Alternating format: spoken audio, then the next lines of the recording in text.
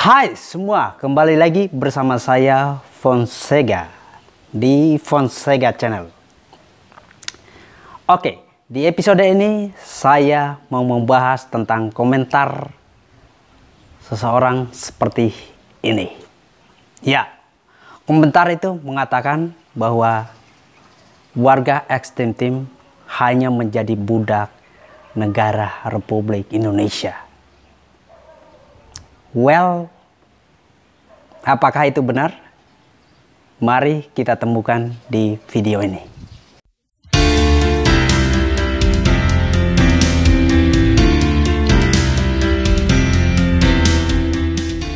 Oke teman-teman, sebelum saya membahas lebih jauh, bagaimana kabar kalian? Bagaimana keadaan kalian? Saya berharap kalian selalu dalam keadaan baik-baik saja dan selalu dilimpahkan berkah oleh Yang Maha Kuasa. Oke, mari kita bahas ke topik pembahasan kita. Budak dalam arti Kamus Besar Bahasa Indonesia adalah anak. Contohnya saja, budak-budak muda di Nusa Tenggara Timur akhir-akhir ini sibuk untuk membuat konten untuk memajukan kampung halaman mereka. Artinya, anak-anak muda di Nusa Tenggara Timur, mereka lebih sibuk untuk membuat konten-konten yang menarik untuk memajukan kampung halaman mereka. Contoh yang kedua adalah budak-budak kecil di Dusun Oetvo suka bermain layang-layang pada sore hari.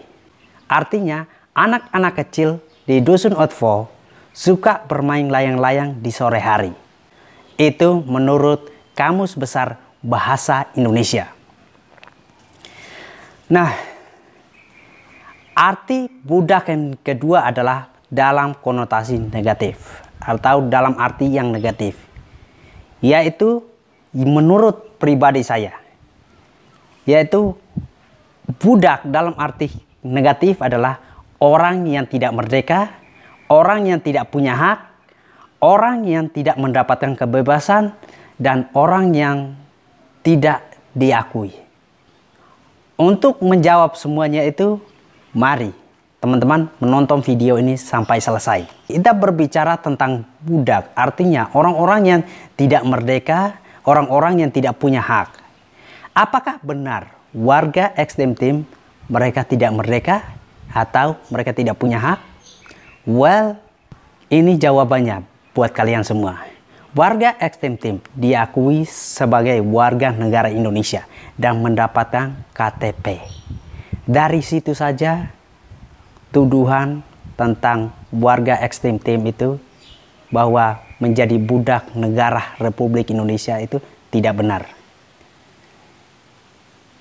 Bukti yang kedua, apakah warga ekstrem itu menjadi budak negara Republik Indonesia? Kita lihat lagi. Kalau kalian nonton atau pada zaman dahulu, seorang budak tidak punya hak. Seorang budak tidak mendapatkan kebebasan. Seorang budak tidak mendapatkan akses.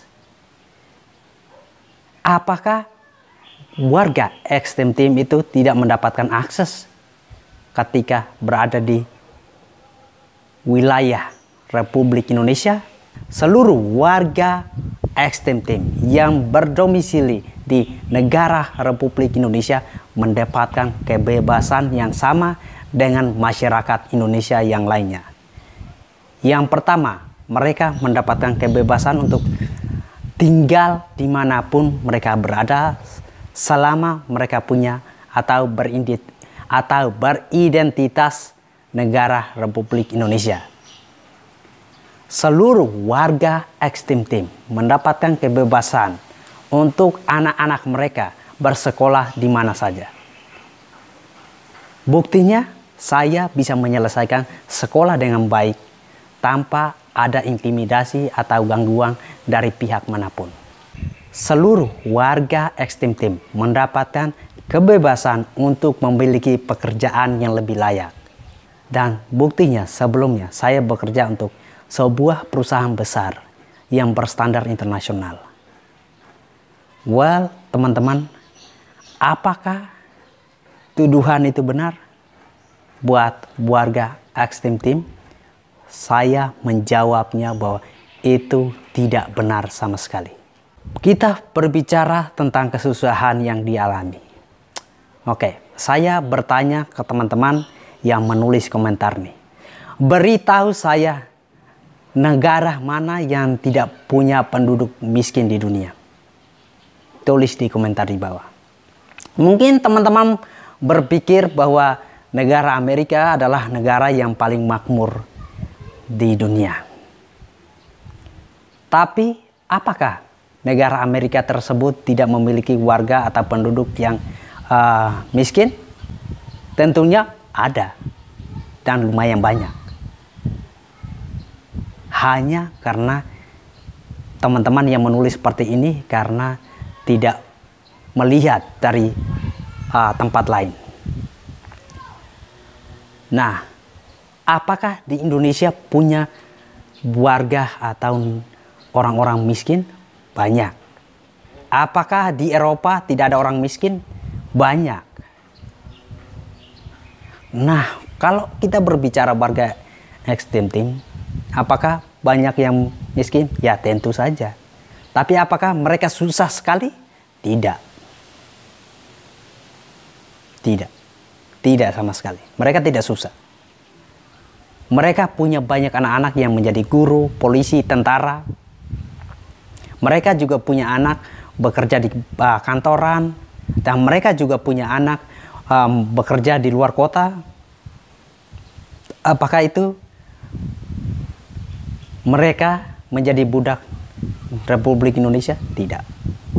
So, teman-teman, saya pikir dari video ini sudah menjelaskan bahwa apa yang dikomentarkan, apa yang dituliskan oleh teman-teman, sebenarnya ini bukan satu komentar, tapi ini adalah salah satu dari sekian banyak komentar yang mengatakan bahwa warga Extreme Team itu menjadi budak Indonesia atau hidup susah atau melarat, bahkan ada yang mendoakan supaya kalau bisa yang buruk-buruk lah.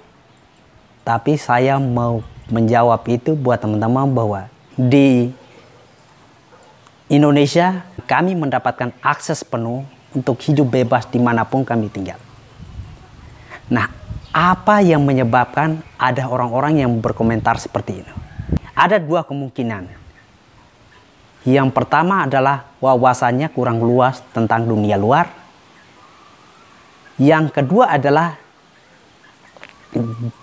tempat mainnya kurang jauh. Contohnya saja, kalau saya seumur hidup saya hanya bermain di dusun saya, dusun sini, artinya wawasan saya hanya berputar sejauh dusun saya. Tapi kalau saya bermain antar provinsi, misalnya saya sekolah di provinsi lain, artinya wawasan saya jauh lebih luas. Wawasan saya jauh lebih luas tentang bagaimana melihat perbedaan yang ada, tentang bagaimana melihat budaya orang lain, tentang bagaimana harus bertata krama, tentang bagaimana harus kita menghormati perbedaan yang ada, tentang bagaimana harus bisa menghargai kebebasan seseorang untuk memilih. Itulah yang saya dapatkan ketika saya mulai membuka diri saya untuk mempelajari hal-hal dari tempat lain. Misalnya kita berbicara mengenai di Bali. Ketika hari raya, saya harus belajar untuk taat mengikuti aturan yang ada. Pada saat hari raya, saya harus belajar untuk menghargai masyarakat yang ada di sana. Karena dimanapun kamu berada, kamu harus bisa menghargai yang namanya perbedaan.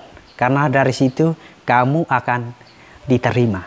Kenapa itu bisa terjadi? Karena saya mau belajar untuk membuka diri saya, mempelajari hal-hal seputar di sekeliling saya. Nah, fungsi internet ini sangat bagus sekali untuk menambah wawasan kita, untuk membuka kita akan perkembangan dunia luar. Kalau kita tidak memaksimalkan itu, otomatis pikiran kita hanya levelnya begitu saja. So, teman-teman, di video ini saya tidak sedang marah atau menunjukkan bahwa atau memojokkan satu orang atau pihak lain, tapi saya hanya mau mengklarifikasikan bahwa tuduhan atau komentar seperti itu sebenarnya itu tidak beralasan dan tidak memiliki bukti dan tidak punya pegangan yang kuat. Jadi di sini saya hanya mau memberikan ke kalian bahwa apapun yang dituduhkan terhadap warga ex-tim-tim yang sudah memilih Indonesia itu sebetulnya tidak benar. Bahwa kami diperbudak atau kami dibikin susah atau kami dimanfaatkan oleh Republik Indonesia itu tidak benar. Itu tidak benar sama sekali. Karena di Indonesia kami mendapatkan hak yang sama seperti masyarakat yang lain. Di Indonesia kami mendapatkan hak yang sama untuk bersekolah, untuk memiliki pekerjaan yang layak, dan untuk memiliki hidup yang lebih layak. Nah, untuk mencapai semuanya itu kita membutuhkan yang namanya proses.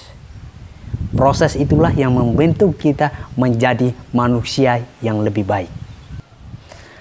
Oke teman-teman, itu saja dari saya. Semoga video ini bermanfaat buat kalian semua. Semoga hari kalian itu jauh lebih baik. Dan ya, kedepannya mari kita membuka terus wawasan untuk bersinergi. Dan tetap support channel ini dengan like dan tulis komentar kalian di bawah tentang video ini. So, jangan lupa follow Instagram saya di @fonsega. Dan ya, terima kasih untuk semua dukungan teman-teman. Peace.